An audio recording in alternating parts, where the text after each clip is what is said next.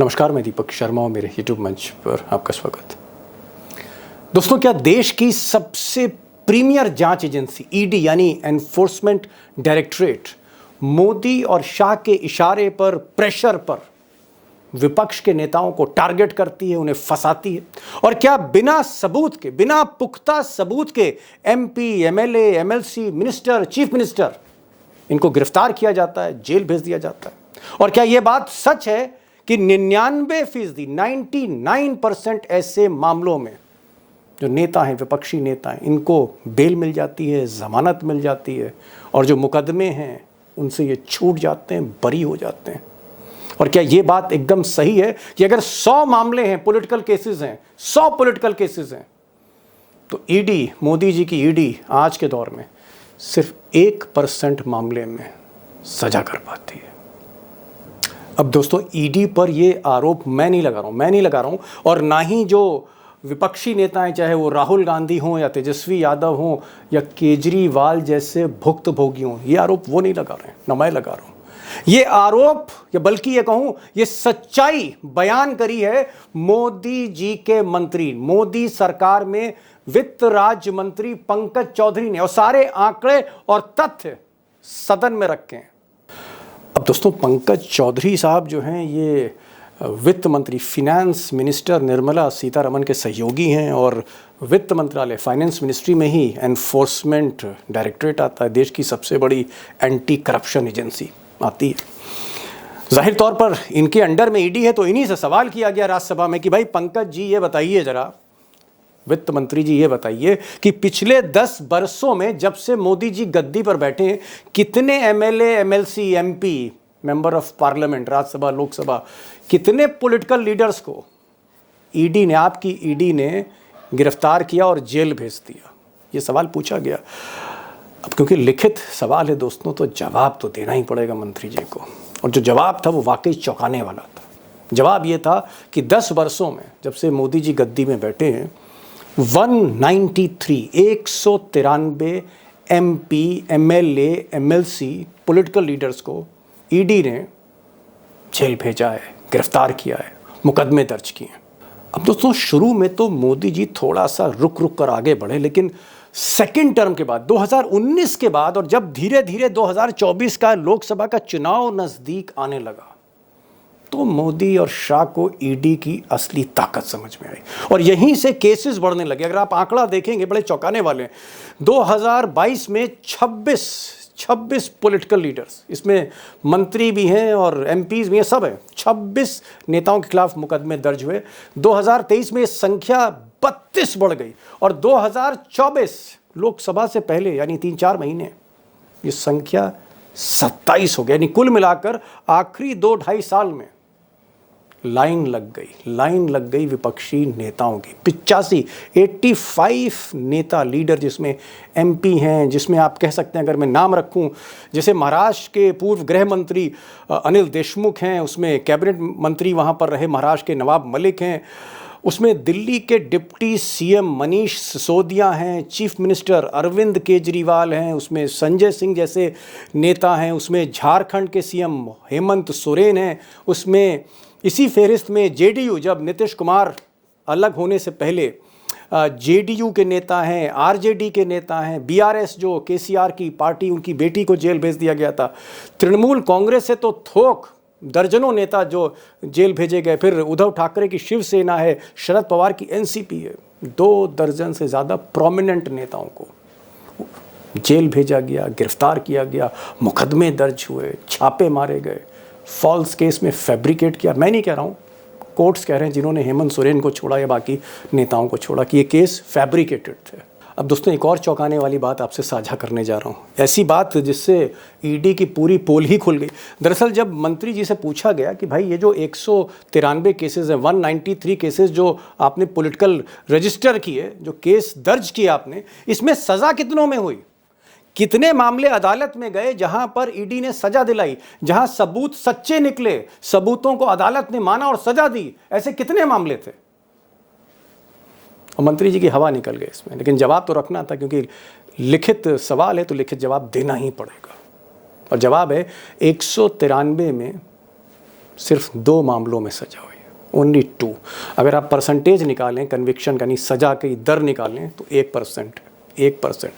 और इससे भी जो बड़ी बात है, हालांकि वो आपको बड़ी बात नहीं लगेगी, कि बीजेपी का एक भी आदमी इस लायक नहीं समझा ईडी ने कि उसके यहाँ जाके छापा मार दें। और जिन पे छापे मारे थे वो सब एनडीए में आ गए, उसमें चाहे प्रफुल्ल पटेल हों या अजीत पवार हों, इन पे जितने भी मामले थे सब के सब दबा दिए गए हैं। ईडी चुपचाप हाथ पे हाथ रख के बैठ गई है। वो चाहे प्रफुल्ल पटेल हों, चाहे वो अजीत पवार हों, चाहे और भी नेता हों, लंबी लिस्ट है वो भी, जो वॉशिंग मशीन में धुल गए, उनको ईडी ने छुआ ही नहीं। गेम खेल रहे हो आप लोग, मैच फिक्सिंग है, और चुनाव के समय ही लालू यादव जी को क्यों बुलाते हो? अब बीजेपी की ABCDEF A to Z जो भी टीमें हैं या जो बीजेपी के IT सेल हैं, अब केवल उनका काम बिहार में ही है। ये नया आविष्कार हुआ है कि ईडी सीबीआई इनकम टैक्स तो लगाइए और जितना चाहो उतना चंदा वसूल लो। मेरे को 24 घंटे के लिए सीबीआई और ईडी दे दो, आधी से ज़्यादा बीजेपी जेल में ना हो तो मेरे को कह देना। अब दोस्तों, बड़ी खबर पर आने से पहले एक छोटी सी गुजारिश है। गुजारिश ये है कि अगर आपने इस चैनल को अभी तक सब्सक्राइब नहीं किया है तो प्लीज़ सब्सक्राइब करिए, क्योंकि आपकी आवाज़ से ये आवाज़ है, आपकी हौसला अफजाई से ये चैनल चलता है आपके लिए। और कमेंट ज़रूर लिखिए, ये खबर आपको कैसी लग रही, वीडियो कैसा लग रहा है, अच्छा है, बुरा है, जैसा है, ज़रूर आप अपनी प्रतिक्रिया दें। मुझे खुशी होगी आपके कमेंट्स को पढ़कर, और लाइक भी ज़रूर करिएगा इस चैनल को। और अब खबर पे, बल्कि यूँ कहूँ सवाल पर। सवाल ये है कि अगर देश की इतनी बड़ी प्रीमियर एजेंसी एंटी करप्शन की, अगर ये पॉलिटिकल प्रेशर में काम कर रही है, ये मोदी और शाह के कहने पर काम कर रही है, जहाँ मैच फिक्सिंग की है, जहाँ टारगेट फिक्स किए जा रहे हो, विपक्ष के नेता, 2 सर्विंग चीफ मिनिस्टर जहाँ जेल भेज दिए गए, और अभी भी ये कार्रवाई जारी है तमिलनाडु में, बंगाल में, बिहार में। आज भी ईडी ने घेराबंदी की है लालू के परिवार की, क्योंकि बिहार में चुनाव है। इसी तरह से भूपेश बघेल के यहाँ छापे पड़ रहे हैं, क्रम जारी है। सवाल इस बात का है कि अगर एजेंसी पॉलिटिकल प्रेशर में काम कर रही है, बिना सबूत के नेताओं को, विपक्षी नेताओं को टारगेट कर रही, फंसा रही है, गिरफ्तार कर रही है, अदालत में आर्ग्यू नहीं कर पा रही, सजा नहीं दिला पा रही, अदालत से डांट खा रही है, और जो आरोपी पकड़े जाते हैं उनको जमानत मिल जाते हैं, वो बरी हो जाते हैं, तो फिर क्या करना चाहिए ऐसी एजेंसी का, जो हमारे आपके टैक्स के पैसे से चल रही हो, सरकारी एजेंसी? क्या इसको बंद कर देना चाहिए? और अगर बंद नहीं करना चाहिए तो क्या इसको इंडिपेंडेंट कर देना चाहिए, इंडिपेंडेंट करना चाहिए ईडी को? अब दोस्तों, अगर लोगों का परसेप्शन देखें ईडी का पिछले कुछ बरसों में, तो ऐसा माना जा रहा है, जो सर्वेज आते हैं, कि कहीं ना कहीं जो ईडी का इकबाल है, जो ईडी की साख है, जो भरोसा है लोगों का कि भाई एंटी करप्शन एजेंसी और किसी भी पैसे वाले आदमी को छोड़ती नहीं है, किसी अडानी अंबानी को माफ़ नहीं करती, कोई भी हो, चाहे बिरला हो, टाटा हो, कितना बड़ा बिजनेसमैन हो, या कोई तस्कर हो, स्मगलर हो, किसी को एजेंसी छोड़ती नहीं, और किसी के खिलाफ पॉलिटिकल प्रेशर में काम नहीं करती। इस तरह की छवि नहीं है, दुर्भाग्य से नहीं है। और ऐसा लगता है कि कहीं ना कहीं इकबाल बहुत तेज़ी से गिरा है पिछले कुछ सालों में। एक ऐसी एजेंसी जिसको नेहरू जी ने इस देश में करप्शन खत्म करने के लिए 1956 में, 1956 में नेहरू जी ने स्थापित किया था कि ये देश में पारदर्शिता लाएगी, रिश्वतखोरी कम होगी, तस्करी कम होगी, दलाली कम होगी, कॉर्पोरेट करप्शन कम होगा।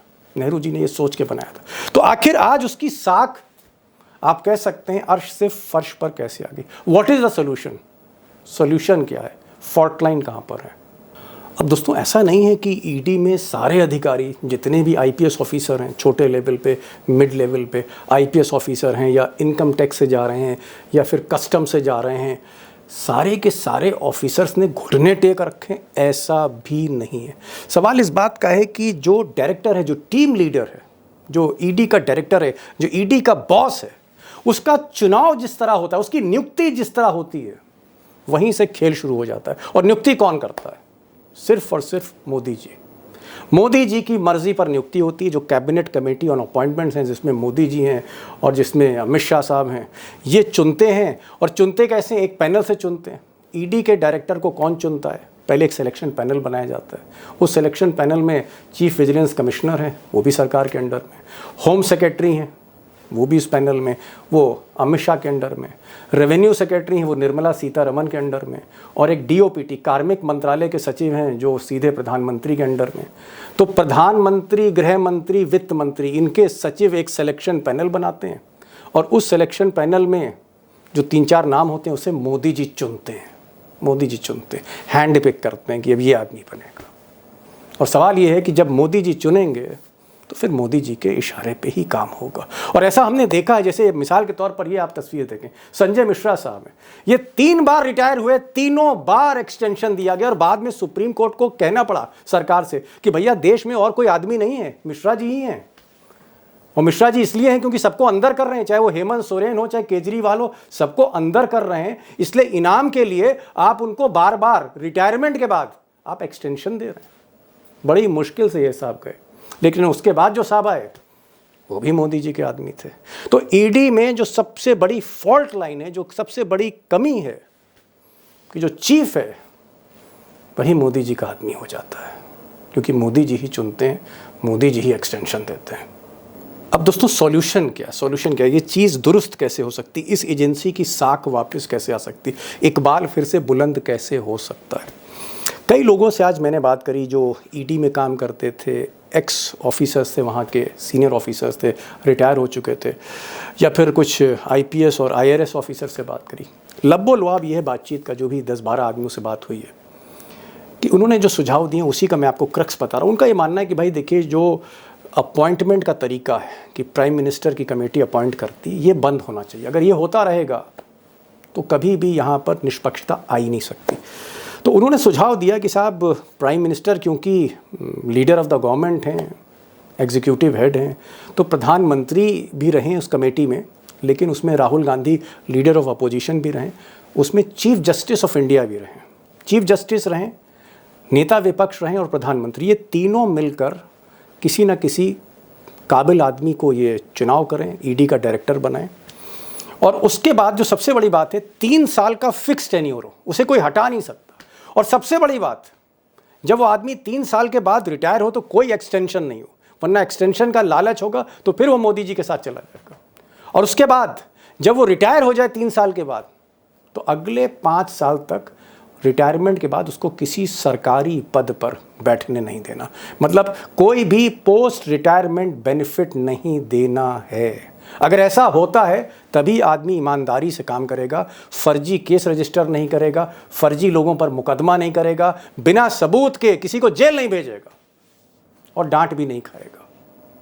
तो दोस्तों ये आज का वीडियो था, और अगर आपके पास भी कोई सुझाव हो कि भाई ईडी का जो डायरेक्टर है उसकी नियुक्ति किस तरह से होनी चाहिए, इसको कैसे निष्पक्ष किया जा सकता है इस एजेंसी की, तो ज़रूरत तो दोस्तों हमको है ईडी की। कहीं ना कहीं बंद कर देंगे तो जो बाकी मुकदमे हैं तस्करों पे, दलालों पे, लाइजनर्स पे, या फिर कॉरपोरेट पे जहाँ भ्रष्टाचार चल रहा है, अडानी अंबानी का कोई जा नहीं पाता।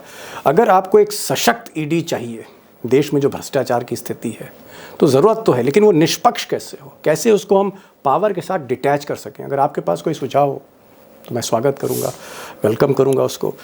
और आखिर में जो गुजारिश मैं करता हूँ, और जो पहले भी करी, कि इसको प्लीज़ सब्सक्राइब करिए, दोस्तों से कहिए कि इस चैनल को सब्सक्राइब करें। आज के दौर में इस चैनल की ज़रूरत है कहीं ना कहीं, जिस तरह की गोदी मीडिया। तो प्लीज़ इसको सब्सक्राइब करिए, कमेंट्स लिखिए, एक आइडिया मिले मुझे, और इसको लाइक भी करिए। फिर मिलते हैं एक नए वीडियो के साथ, तब तक के लिए नमस्कार।